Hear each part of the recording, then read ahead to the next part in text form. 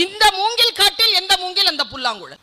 துணிந்தவனுக்கு தூக்கு மேடையும் பஞ்சமெத்தை என்று சொல்வார். இப்ப கண்ணுங்கிற உறுப்பும் இந்த காதுன்ற உறுப்பும் கொஞ்சம் வித்தியாசமானது. கண் சென்று பற்றும், காதில் வந்து விழும். சென்று பற்றுவதற்கு மூடி இருக்கு, வந்து விழறதுக்கு மூடி இல்லை.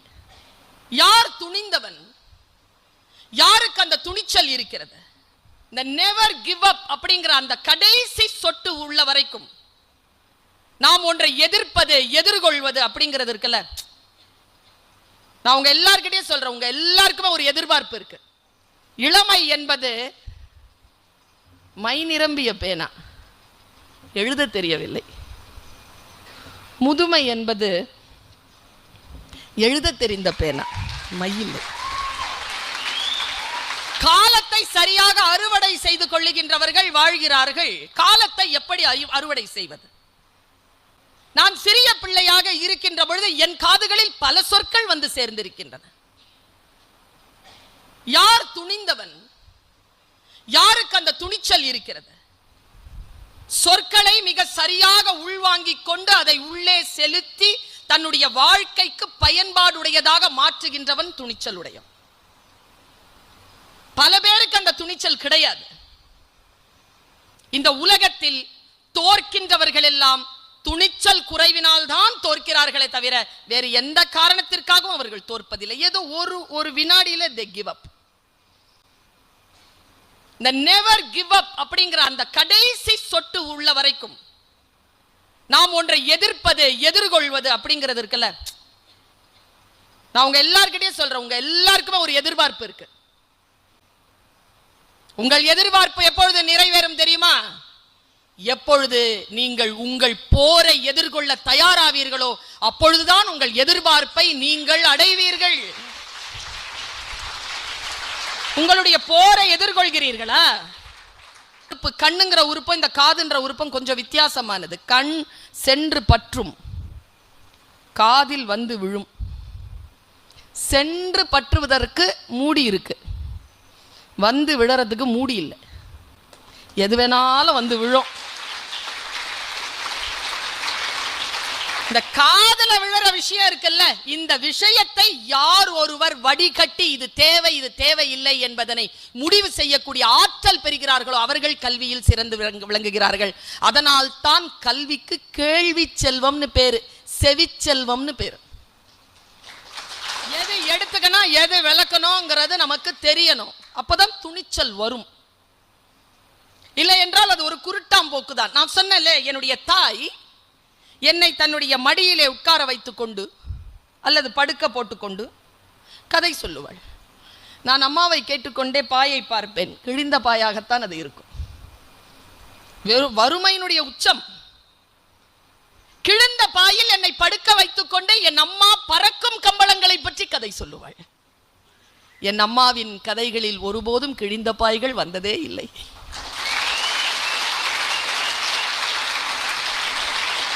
அதனால்தான் நான் இப்பொழுது பறக்கும் கம்பளங்களில் இருக்கிறேன். அதான் ரகசியமே. இதுவரைக்கும் 31 நாடுகள் பயணம் பண்ணியிருக்கேன் பேசுறதுக்காக. ஒரு டிக்கெட்டை கூட என் சொந்த செலவுல வாங்கினதில்லை. உலகத்தில் நாம் ஜெயிக்க வேண்டும் என்றால் அதற்கு ஒரு ஸ்ட்ராட்டஜி இருக்கு குழந்தைகளே, உத்தி இருக்கு. நான் அந்த உத்தியை உங்களுக்கு சொல்லி கொடுத்துட்டு போறேன். இப்போ இவர் கேள்வி கேட்கிறாரு, பொம்பளை பிள்ளைங்க எல்லாம் பதில் சொல்லுதுங்க.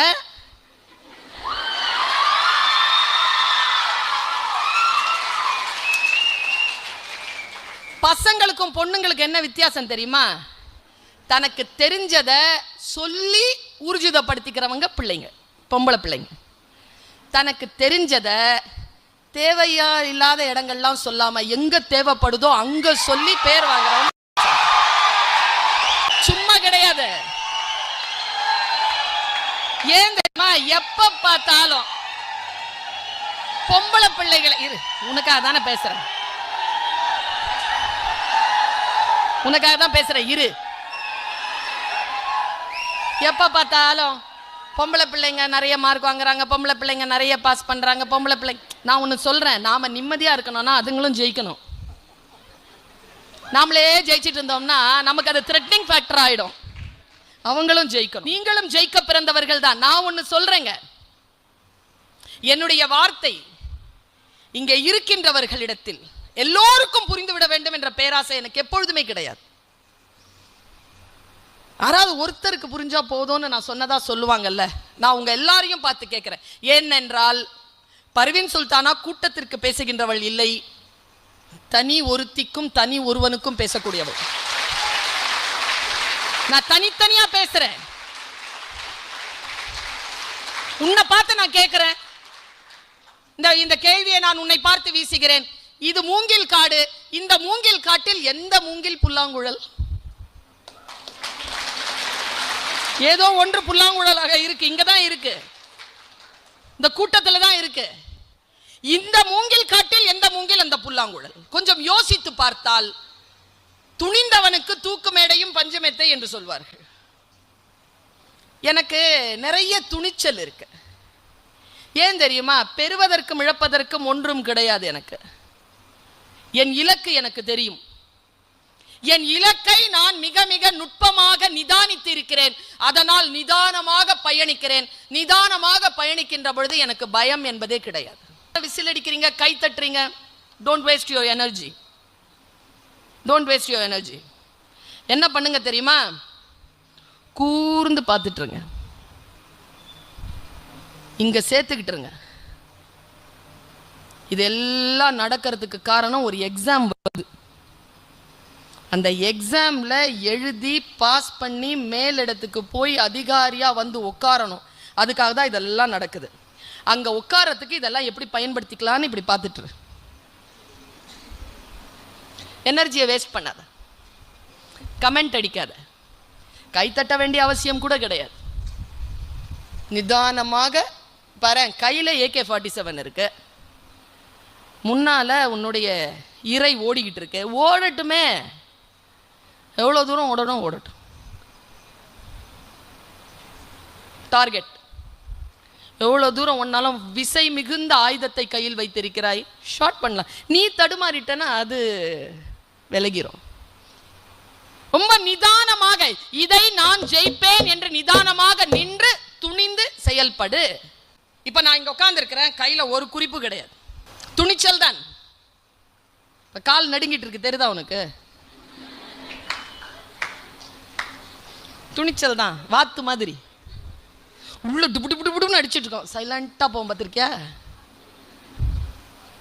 காட்டவே காட்டாத, உன்னுடைய பயத்தை காட்டவே காட்டாதே. பயம்தான் மரணம். பயத்தை எப்பொழுதும் வெளிப்படுத்தாதே. என்ன ஒரு விஷயமா இருந்தாலும் உள்ளுக்குள்ள வச்சுட்டு வெளியில. இந்த ஃபர்ஸ்ட் மார்க் வாங்குறவளை பார்த்திருக்கியா? ஒண்ணுமே படிக்கலப்பான்னு சொல்லும், பார்த்திருக்கியா? அது ஒண்ணுமேவா படிக்கல? அது நான் நம்பி இருக்கேன்ப்பா, ஒண்ணுமே படிக்காத இதுவே ஃபர்ஸ்ட் மார்க் வாங்குது. நம்ம உண்மையிலேயே ஒண்ணுமே படிக்கலையே, நம்ம பட்டோலி வீசி பறக்க போறோம்னு சொல்லிட்டு ஃபெயில் ஆகிருக்கிறேன் நான். Stay alert my dear children, stay alert. ஒன்று எக்ஸாமினேஷனுக்கு வெளியில வருது ஒன்று, அது என்னன்னு சொல்றதுன்னா ஒன்று வந்து கேட்குது, ஏய் 18வது கொஸ்டினுக்கு இதுதானே ஆன்சர் அப்படின்னு சார். காரிடாரில் நின்றுக்கிட்டு எக்ஸாம் முடிஞ்சு போச்சு, பக்கத்தில் ஒன்று இருக்குல்ல, அந்த புளி முட்டை சொல்லுது 10 கொஸ்டின் தானே. அந்த சனியை திருப்பியே பார்க்கல கொஸ்டின் பேப்பரை, 10 கொஸ்டின் தானேங்குது, 11வது கொஸ்டின் பின்னால் இருக்குது. நான் ஒன்று சொல்றேன் பாரு, தேவையில்லாத துணிச்சலை குறித்து நான் பேச இல்லை. உள்ளுக்குள் ஆழமாக நிறை குடமாக இருக்கின்றவர்கள் ஒரு அமைதியா இருப்பாங்க. ஆழமான ஆறு அமைதியா ஓடும், பார்த்திருக்கியா? கொப்பும் கொலையுமா ஓடுற ஆடு, ஆறுக்கு கீழே ஃபுல்லா பாறை இருக்குன்னு அர்த்தம். பாறையே இல்லைன்னு வச்சுக்க, சைலண்டா ஓடும். கிராண்ட் கேனியன் போயிருந்தேன் நான், கலிபோர்னியால போன மாசம். 25,000 அடி ஆழம், சைலண்டா ஓடு, சைலண்டா இருப்பாங்க. அவங்களுடைய வெற்றி என்பது உன்னால் கணிக்கவே முடியாது. ஏனென்றால் அவ்வளவு ஆழமாக அவர்கள் தன்னுடைய வாழ்க்கையிலே மிகுந்த அனுபவங்களையும் வாசிப்பு திறனையும் பெற்றிருப்பார்கள். மொழியை கையில் வைத்துக் கொள்ளுங்கள், எது சொன்னாலும் புரியணும். அதனால் தான் மொழி வல்லுநர்களை கூப்பிட்டு பேச வைக்கிறார்கள். ஜோக்கும் கவிதையும் புரிஞ்சாதான் கைத்தட்ட முடியும். கவிதை புரியலன்னு வச்சுக்கேன் அப்புறம் அப்படின்றுவ. ஜோக்கு புரியலன்னு வச்சுக்கோயேன் அது சோகமான ஒரு சூழலாயிடும். சொல்றவனுக்கு அவன் ரொம்ப கண்ணீர் வெடிச்சுட்டு உட்காந்துருப்பான், என்னடா இது இந்த ஜோக்குக்கு சிரிக்கலையே அப்படின்ட்டு. கவிதைனா அப்படி புரியணும். நான் ஒரு வார்த்தை சொல்லுகிறேன் என்றால் வார்த்தையினுடைய ஆழமான அர்த்தம் நமக்கு புரிய வேண்டும். தூண்டில் மீன் அதன் கண்களில் விடை பெற்றுக் கொண்டது நதி. அவங்க தான் கை தட்டுறாங்க, இன்னும் கைத்தட்டல் வரல. ஏன் தெரியுமா? புரியல. You are not ready. இப்படிதான் வரும் கொஸ்டின் பேப்பர். நீ ரெடியா இல்லாத போது தான் வரும். இதெல்லாம் நம்ம படிக்கவே இல்லையே, இப்படிலாம் வரும்னு சொல்லவே இல்லையே, அதுக்கு பேர் தான் எக்ஸாம். அதுல நீ ஜெயிச்சு வந்தா அப்பதான் உனக்கு தலைமை பதவி, அப்பதான் உனக்கான பெயர், அப்பதான் உனக்கு புகழ், அப்பதான் உனக்கு பயணம், அப்பொழுதுதான் உனக்கு எல்லாம். தூண்டில் மீன், தூண்டில மாட்டிச்சு மீன், அதன் கண்களில் தூண்டிலை போட்டவன் பார்க்கிறான், நதி விடை பெற்று கொண்டு பின்னால போயிட்டே இருக்கு. இவன் அந்த அந்த மீனை எடுத்துக்கிட்டு இப்படி வந்துகிட்டே இருக்கான். இந்த காட்சியை எழுதுறாங்க ஒருத்தன். என்ன காட்சியில் இன்னொன்னு படிச்சு அசந்து போனேன். நான் இன்னொரு கவிதை படித்து அசந்து போனேன். மழையின் பின்னிரவில், காட்சிப்படுத்த, மழையின் பின்னிரவில் ஜன்னல் கம்பிகளில் சிறிது ஓடி ஒத்திகை பார்க்கிறது ஒரு துளி நதி.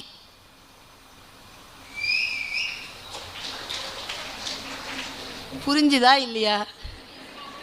புரிஞ்சுதா? இன்னொரு வாட்டி சொல்லவா? சொல்ல இன்னொரு வாட்டி சொல்ற. மழையின் பின்னிரவில் ஜன்னல் கம்பிகளில் சிறிது ஓடி ஒத்திகை பார்க்கிறது ஒரு துளி நதி. இதான் போய் நதியா போகுது, அது ஒத்திகை பார்க்கதான் அப்படி வந்து. இது ஒரு காட்சி தான். சமீபத்தில் ஒரு கவிதை படித்து அசந்து போனேன் நான். அந்த மந்தையில் இருந்து பிரிந்து போன ஒற்றை ஆட்டின் பாதை சரியாக கூட இருக்கலாம்.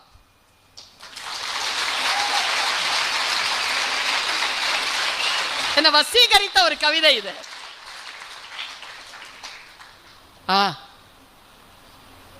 எல்லாருக்கும் சொல்ல, முக்கியம் பெண் குழந்தைகளுக்கு சொல்றேன். அதுங்க மேல எனக்கு மரியாதை தான், ஆனா உங்க மேல உயிர் எனக்கு. என்ன காரணம் தெரியுமா பிள்ளைகளா? உங்க மேல எனக்கு உயிர். என்ன காரணம் தெரியுமா? அந்த பிள்ளைங்க அங்க வந்து உட்காரத்துக்கு ஒரு 20 வருஷம் உழைச்சிருப்பானுங்க. ஆனா நாம இங்க வந்து உட்காரத்துக்கு 1000 வருஷம் உழைச்சிருக்கோம். சும்மா உட்காரல, சும்மா கிடைச்சதா இந்த சீட்டு? பெரிய பெரிய பாடு. உங்க மனசுல இன்னைக்கு ஒரு விஷயத்தை, இந்த துணிச்சல் அப்படிங்கிற ஒரு விஷயத்துக்கு விதைச்சிட்டு போறேன். ஒரு விதை இந்த தாய் விதைத்து விட்டு போகிறேன். என் குழந்தை வயது உங்கள் எல்லோருக்கும் விதைச்சிட்டு போறேன்.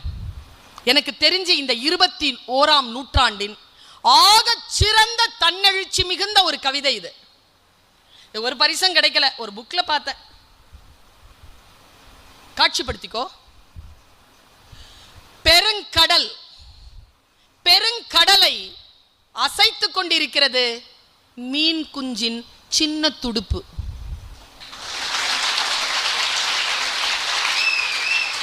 என்ன தெரியுமா என் மனசுல பிடிச்சது? உனக்கு காட்சிக்கு தான் கை தட்டின. இப்ப நான் கருத்துக்கு சொல்றேன். நைட்ல தூங்க மாட்டேன். நீ இப்ப நான் கருத்து சொன்னா நைட்ல தூங்க மாட்டேன். இங்க பார், இந்த உலகம் பெருங்கடல் தான். இந்த எக்ஸாம், இந்த அதிகாரம், இந்த ஆட்சி, இந்த விஷயங்கள், இந்த வாழ்க்கை பெருங்கடல் தான். நான் மீன் குஞ்சுதான். என்னிடத்தில் இருப்பது சிறிய துடுப்பு தான். ஆனால் நான் அசைத்து கொண்டிருப்பது அந்த பெருங்கடலை. இந்த பெருங்கடலை அசைத்து கொண்டிருக்கிறேன். அசைச்சு காட்டுங்கிற நான். சின்னதா இருந்தாலும் அசைச்சு காட்டு. ஆனா நீ அசைச்சுக்கிட்டு இருக்கிறது இந்த கடலை. சும்மா நீ கரையோரத்துல வந்து உயிருக்கு போராடல, கடலுக்குள் இருந்து கொண்டு உன்னுடைய நீச்சலுக்காக நீ போராடி கொண்டிருக்கிறாய். வான்ற நான், வா. எனக்கு தெரிஞ்சுங்க, எல்லாரும் சொன்னாங்கல்ல இந்த சந்திராயன், என்ன விஷயங்க அது? நம்ம சாதாரணமாக சொல்றோம், கை தட்டுறோம், அப்படி போறோம். எனக்கு ரொம்ப பிடிச்சது, காலையில டிவியில பார்த்த ஒரு ஊர்ல ஒரு பாய் 300 பேருக்கு தன் கடையில் இந்த அன்னைக்கு சாயந்தரம் அது இறங்குச்சின்னு தெரிஞ்ச உடனே இருந்த எல்லா பிரியாணியையும் பொட்டலம் கட்டி ஃப்ரீயா கொடுத்துட்டாருங்க. எனக்கு என்ன ரொம்ப பிடிச்சது அது.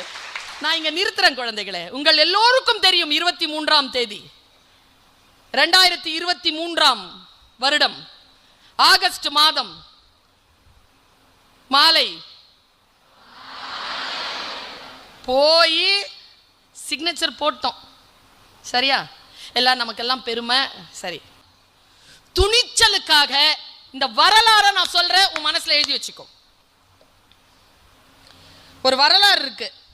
அந்த வரலாறை நான் உனக்கு நினைவுபடுத்துகிறேன். கொஞ்சம் வருஷத்துக்கு முன்னால சந்திரனுக்கு நாசா ஒரு விண்கலத்தை அனுப்புனுச்சா? அத போய் இறங்கும் போது போய் கால் வச்ச ஆள் பேர் என்ன? தான் வரலாறு. உண்மையா என்ன நடந்தது தெரியுமா? தெரியல. அத நான் ரொம்ப ஆச்சரியமா பார்க்கிறேன். நானு எங்க நடக்குது வரலாறு? யார் வரலாறு எழுதுகிறார்கள்?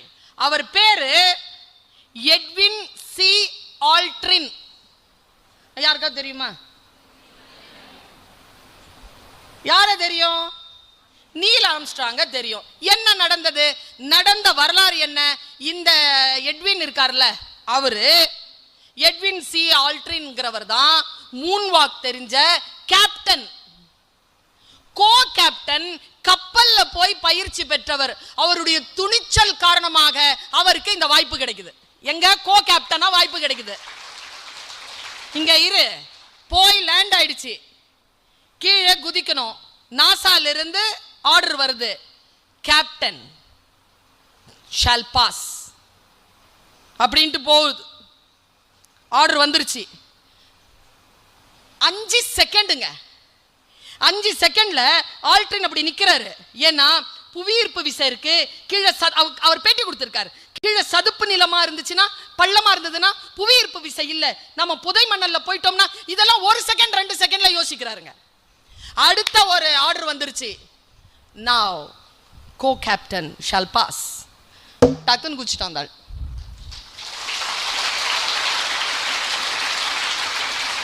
வாய்ப்பு கிடைத்ததுங்க. ஆல்ட்ரினுக்கு வாய்ப்பு கிடைத்தது.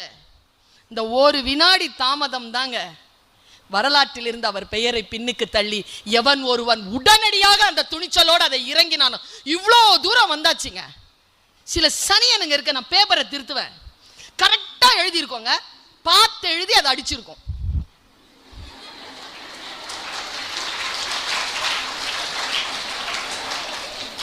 நான் எனக்கு புரியறதே இல்லைங்க. இவ்வளவு தூரம் பயணம் பண்ணது என்ன? உன்னை விடவா உன் பக்கத்துல இருக்கிறவன் நல்லா யோசிச்சுட போறா? அவன் நல்லா யோசிக்கிறானா எதுக்கு உன் பக்கத்துல வந்து உட்கார்றா? இப்படி யோசிச்சு பாரு. எப்ப பார்த்தாலும் அடுத்தவங்களையே பார்த்துட்டு இருக்கிற. இல்லை, அந்த முனையை உன் பக்கம் திருப்பு என் குழந்தையை. இந்த உலகம் உன்னைதான் பார்த்து கொண்டிருக்கிறது. இப்படி திருப்பி பாரு. இந்த வரலாறை நான் சொல்ல வேண்டும் என்று வந்தேன். சந்திராயன் இப்போ இறங்கி இருக்கிற நேரத்தில் சந்திரனில் கால் பதித்த முதலாக கால் பதித்த நீல் ஆம்ஸ்ட்ராங் 2வது முறையாக வாய்ப்பு பெற்றவர். ஆனால் முதல் முறையாக இருந்தவனிடத்தில் துணிச்சல் இல்லை. அதனால் 2வதாக துணிச்சல் மிகுந்தவன் வரலாற்றிலே தன் பெயரை எழுதி கொண்டான். உனக்கும் வாய்ப்பு வரும். வாய்ப்பு ஒன்றும் இல்லைங்க. கடைசி நிமிஷம் வரைக்கும் விடலீங்களேங்க. திருப்பூர் குமரன் விடலையே. அவன் என்னங்க பிடிச்சிட்டு இருந்தான்? அப்படி ஒரு துணி, ஒரு 3 வர்ணத்தில் ஒரு துணி. இங்க பிடிக்கிறாங்க, அடிக்கிறாங்க, உடனே இங்க பிடிக்கிறாங்க, இங்க அடிக்கிறாங்க, வாயில பிடிக்கிறாங்க, மண்டையில் அடிக்கிறாங்க, அப்படி சரிஞ்சு விழுந்து சாவறான். ஒரு துணியை பிடித்ததனால் உயிர் துறந்த அந்த மாவட்டத்தின் பேர் இளைஞனுடைய பெயர் உலகம் புகழ செய்வதற்காக அந்த திருப்பூர் நகரத்தை இன்றைக்கு அந்த துணிதான் தூக்கி பிடித்துக் கொண்டிருக்கிறது இல்லையா? யோசிச்சு பார்க்கறேங்க. ஒரு வக்கீல், ஒரு லாயர், என்ன கேட்டா ஒரு அட்வொகேட், இந்த உலகத்துல நாம எப்படி எப்படி இருந்தாலும் இந்த கோட் எவ்வளோ வெப்பம், கோட் சூட்டோட இருக்கிறார் ஆசான். நான் பாட்டுக்கு சில்க் சாரி போட்டு வந்திருக்கேன். அவ்வளோ வெப்பமா இருந்தாலும் உங்கள் மத்தியில் கம்பீரமாக இருக்க வேண்டும் என்று கல்வியாளர்களே நினைக்கிறார்கள். அவன் தேசத்தின் தலைவன். அப்படி வராங்க. வந்தபோது தன்னுடைய சக மனிதர்களை பார்த்து, இவர்களுக்கு ஆடை இல்லாத போது எனக்கு எதற்கு ஆடை என்று எடுத்து வீசி அரையாடை உடுத்தி கொண்டாரு அந்த மகாத்மா. அந்த வினாடியின் துணிச்சல் தான் காட்டினாரா இல்லையா? இந்த இளைஞர்களை பார்த்து சொல்ற, தலைமுடிய வெட்டி பாருங்களா பார்ப்போம். பரதேசி படத்துல வர ஹீரோ மாதிரி வச்சிருக்கிறீங்கல்ல முடி, அதை முதல்ல வெட்டுங்க பார்ப்போம். துணியெல்லாம் அப்புறமா இழக்கலாம். எங்க NSS குரூப்லங்க வந்து சேர்ந்தாங்க பசங்க. 26ஆம் தேதி மார்ச் பாஸ்ட்டுக்கு அனுப்பணும் டெல்லிக்கு. எல்லாம் கரடி மாதிரி வச்சிருக்கிறாங்க, ஜோம்பி மாதிரியே இருக்குது பார்க்கறதுக்கு. கூட்டிட்டு வந்து நாங்கள் தலைமுடியை வெட்டணும்னு சொல்லிட்டு எங்கள் SLO செந்தில் சார் அவர் முடிவு பண்ணார். ஒருத்தன் தலைமுடியை வெட்டினீங்கன்னா நான் ஏதாவது பண்ணிக்குவேன். அவ்வளோ உயிர் அந்த தலைமுடி மேலே. கொஞ்சம் நினச்சி பாருங்களேன். யார் தெரியுமாங்க, பெண்களை பற்றி நான் சும்மா சொல்ல வரல, ஒரு துணிச்சல் இருக்குங்க நமக்கு. துணியலைன்னா பிரசவமே நடக்காதுங்க. நடக்காதுல்ல ஏங்க? உச்சி முதல் உள்ளங்கால் வரைக்கும் முழுமையா ஒப்படைக்கணுங்க. அப்பதான் குழந்தை வெளியில வரும். முழுமையா ஒப்படைக்கணும். நீ அந்த மாதிரி உன்னை முழுமையா ஒப்படைச்சுப்பார். எந்த விஷயத்துக்காக இருந்தாலும் முழுமையா ஒப்படைச்சுப்பார். அதுக்கு ஒரு துணிச்சல் இருக்கும். நான் அந்த கராத்தே கிட் படத்தை பத்தி சொல்லுவேன். அந்த பாண்ட் வச்சிருப்பார் தெரியுமா, ஜாக்கி சான்.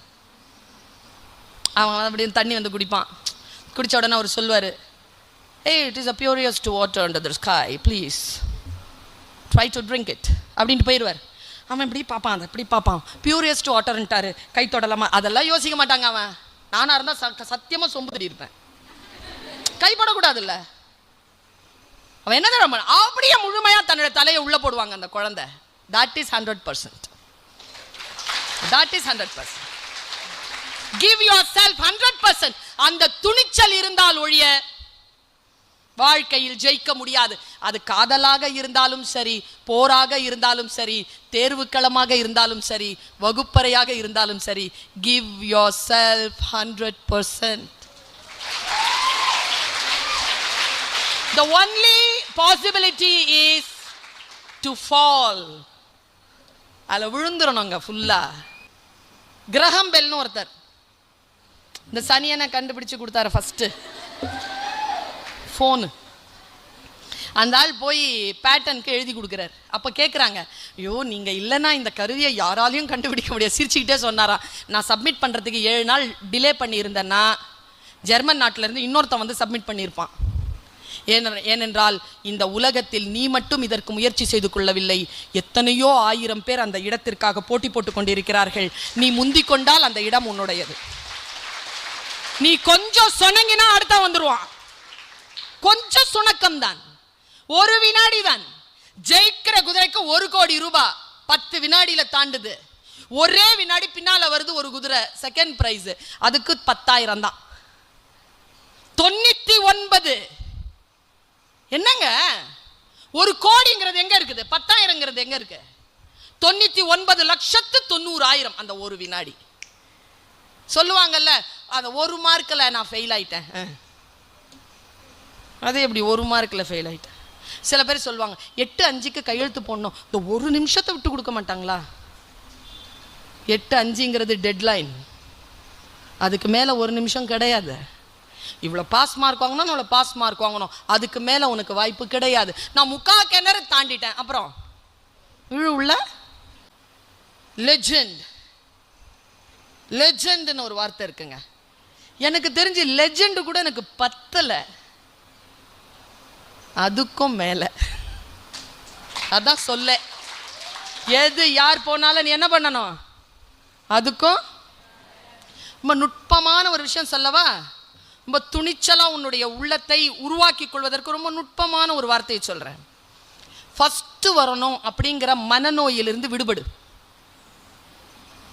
ஃபர்ஸ்ட் வர வேண்டிய அவசியம் இல்லை. நீ உன்னுடைய வெஹிக்கிள் எடுத்துட்டு ரோட்ல இறங்கணும்னு வச்சுக்கய, என்ன நீ பாடுபட்டாலும் உனக்கு முன்னால் ஒருத்தன் போயிட்டு தான் இருப்பான். அதான் லைஃப். உனக்கு முன்னால் ஒருத்தன் போய்கிட்டு தான் இருப்பான். ஃபர்ஸ்ட் போகணும்னா போயிடணும் மேலே. ஃபர்ஸ்ட் எல்லாம் போக முடியாது. உனக்கு முன்னால எப்படியோ ஒருத்தன் இருந்துகிட்டு தான் இருக்கான். ஆனால் நான் எப்படி சொல்றேன்னா, எது உன்னை பெஸ்ட் ஆக்குமோ, எது எல்லோரையும் விட உன்னை சிறப்பாக்குமோ அதை நோக்கிய பயணத்தில் நீ இரு. காலத்தை கணித்துக்கொள். நான் 100 கொஸ்டின் தரேன், 50 நிமிஷத்துல முடியுன்றாங்க. 100 கொஸ்டினையும் தப்பு இல்லாம உன்னால 30 நிமிஷத்துல முடிச்சிட முடியுதா? நீ அதுக்கும் மேல. அவ்வளவுதான். யாரையும் கம்பேர் பண்ணிக்காத. ஓஷோ சொல்றாருங்க ஒரு வார்த்தை, you are you and I am I என்று சொல்கிறார். நீ நான்.